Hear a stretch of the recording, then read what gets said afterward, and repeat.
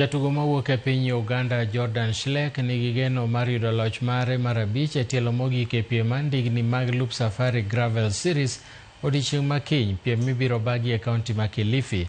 Schleck ma en higni 22 oseloyo tielo mar Tatu City kaachiel gi tielo manobagi Machakos kama notieke e thuolo mokwongo bang' tiyo gi seche 3 dakika 37.9 e kidieny mar kilomita 120.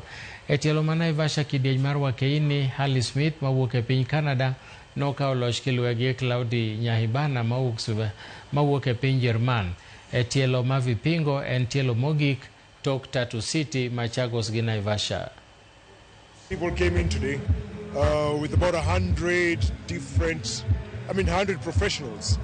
I think I'm told we had about 36 different nationalities coming in today. So it's great to see the events getting bigger and better. But more importantly, not just the 4 events that we have across the country, but to actually see cycling as a sport is continuing to grow.